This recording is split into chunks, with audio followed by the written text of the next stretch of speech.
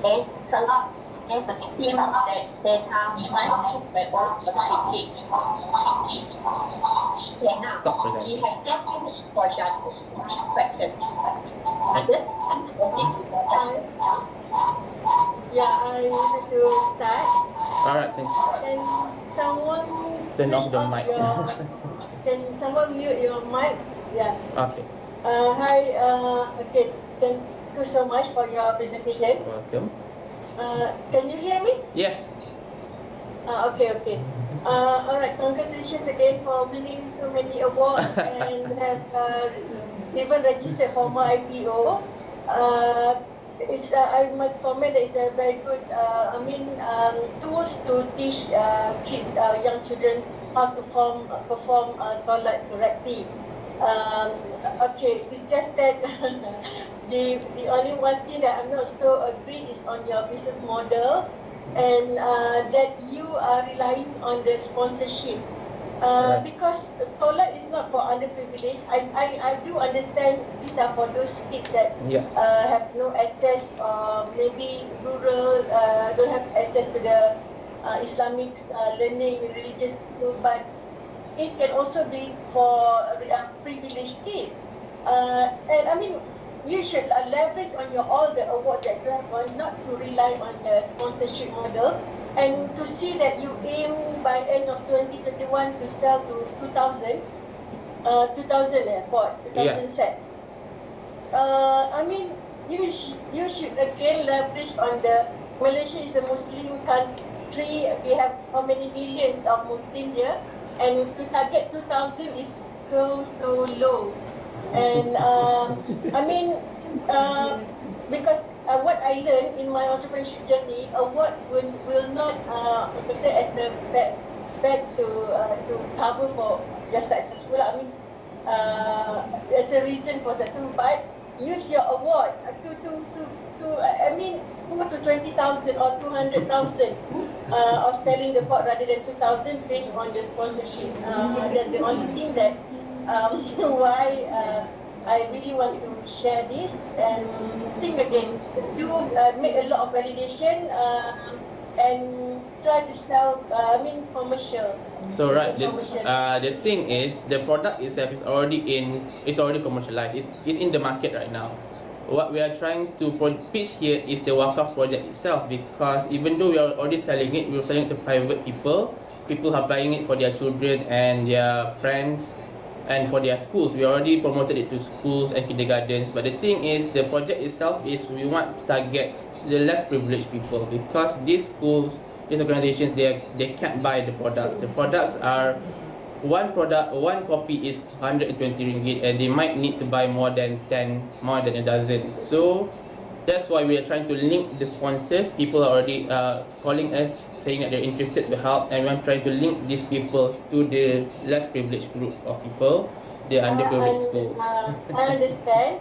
That's the reason why you use the social enterprise model, where you can actually sell, donate or sell at a very low price. You use cross-subsidization model to fund that sponsorship, or sell at maybe 50% or 75% less. Then the market value. Yes, now I understand that on this Wakaf model, but then that's the why you teach using for the social enterprise is to subsidize whatever the cost of that from the profit you make. Right. Thank you. Alright, thank you. Right. For me, just to echo what Anja is saying, I think for me, that's no different with what you are doing with an NGO. Why would you call yourself a social enterprise if you are just going for wakaf money? Yeah. So what's the difference between you and NGO? Could you explain me, if you are going for this wakaf money, which is basically donation, why do you call yourself a social enterprise? When you have already been able to sell, you said that you are already selling, you said that you are already making profit. Right. However, at the same time, you still are going for wakaf money. So what is the difference between you and an NGO? If you call yourself an ST, right? Yeah. Why would you go for wakaf money when you are making money? Product is there, there's market penetration, there is evidence that it is successful, and you are already telling and making a profit, why still go for wakaf money? Right. So the thing is, can I have 1 minute because that's a very hard question. I need a moment to gather my ideas. Sorry. Right. Okay, very simple question. Very simple question. Right. My question is, you say that you are already marketed, it's already commercialized. You have won awards. You are selling. You are in so many places, right? Obviously, you are making a profit. But why still go for wakaf money? Right, so we started with trying to sell this to private individuals and organizations. Okay, we started small scale, and of course we are not an NGO, we are trying to make profit out of it.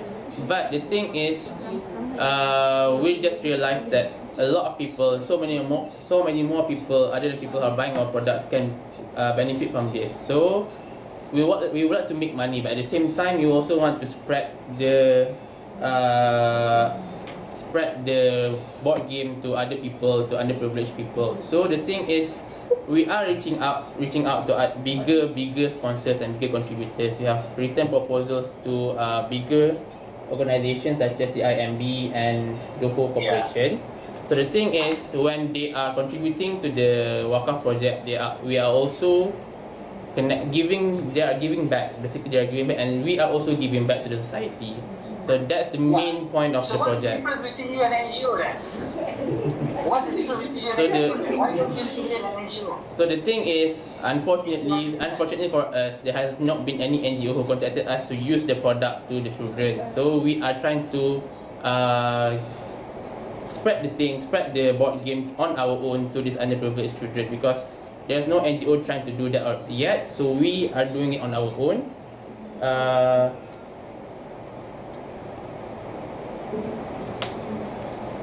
We are also trying to provide this to the NGOs as well. So we are connecting the contributors to NGOs. Okay, sorry bro, not convincing. I think you need to go back and redo your business model. Okay, thank what you. you're proposing is not a social enterprise business model, number one. Okay. Number two, I think my only comment is that I do not see any validation on your social impact and your social mission. Yeah, it is a lot to do with the product. I get it. But I don't see any extensive work or presentation on social mission, validation of social mission, and validation of social impact. Yeah, those are something that you need to think about. Thank you. Alright, thank you, Mr. Bara. It's the same questions from me as well. Okay. Okay, there is no, can't really see the social impact, and it's more like you are as an agent, I would say, a middle agent, getting a corporate to sponsor for these games to those that is needed. Yeah. And next questions will be, why is it 2,000 copies? Have you done any survey, or where do you get these 2,000 copies actually from? So how do you get these statistics?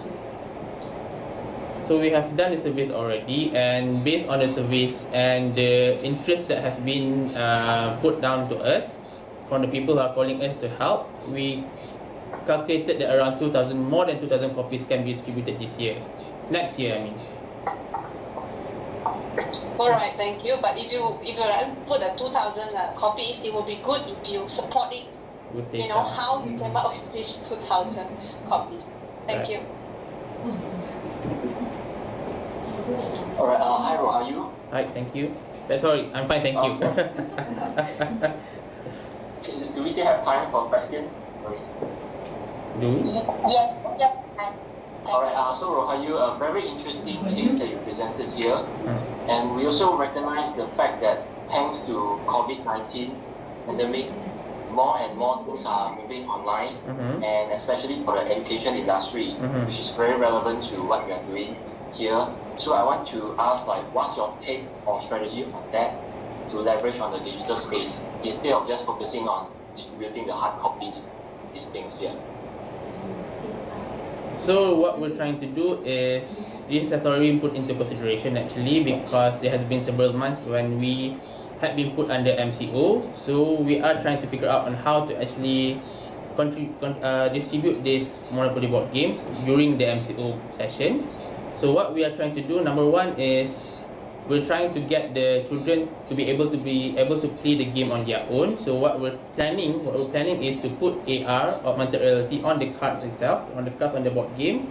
So when they need instructions, or when they need proper way to do the game, they don't need supervisors with them. They can just scan the QR code on the card, and AR will come up to tell them how to do the board game properly. We are also going to look at putting links on the card and the board game, so they can click on it, they can scan on it, and they can get the link on their phone and get a video, for example, on instructions and recitations on how to properly do the game and do the solat.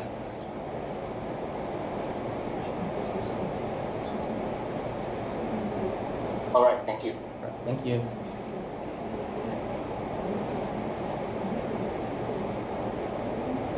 Just out of curiosity, Okay. do you have time for questions? Yeah, Miss Carol, you have an ask question? One ask question? Okay, great. Where is the pricing point for the product? Are you selling it at cost price? So the product itself, if you're buying on the market right now, is 120 ringgit. But if any sponsors would like to contribute to our Wakaf project, we cut it down to 100 ringgit per copy. I see. You are not making any profit at the moment, is it? So we're not making profit through the Wakaf project. I think we are echoing Zara's comment lah. Right. And you might want to consider serving, there are models that you can use. Buy one and give one for free or something like that. So it's not that difficult to carry it. Right. That. And are you thinking of going regional? Are you going regional with this product, or still confined to Indonesia? We're going regional. We're even planning to make a copy of the Community Solat turn into Arabic, so we can market it to other countries, Arabic countries, and even in English as well.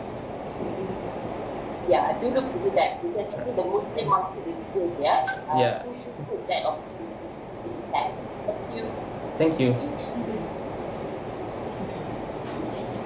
Alright, okay, thank you, judges. Okay, for all your valuable questions and suggestions. I hope that data mine is Right. going to be benefit a lot, right? Okay, thank you very much. Yeah, thank you, Connector Data Group. I would like to welcome, our Miss Noriana, Miss Marie, on board here. She will actually take over